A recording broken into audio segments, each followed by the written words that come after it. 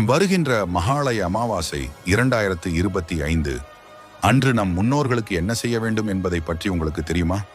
September 21ஆம் தேதி அமாவாசை வருகின்றது. இந்த சக்தி வாய்ந்த அமாவாசைக்கு படைப்பவர்கள் அதிகாலையில் எழுந்து நீராடிவிட்டு வாசலில் செம்மண் கோலம் அல்லது கோலம் போடாமல் இருக்க வேண்டும். பின்பு நம் முன்னோர்களுக்கு தர்ப்பணம் கொடுக்க அருகில் உள்ள ஆற்றுக்கு சென்று தர்ப்பணம் கொடுக்க வேண்டும். பின்பு நம் முன்னோர்களின் படத்தை சுத்தம் செய்துவிட்டு பூமாலை போட்டு சாம்பிராணி புகையிட்டு மற்றும் ஒரு அகல் விளக்கு ஏற்றி பானகம் வைத்து அவர்களுக்கு மிகவும் பிடித்த பண்டங்களை படைக்க வேண்டும்.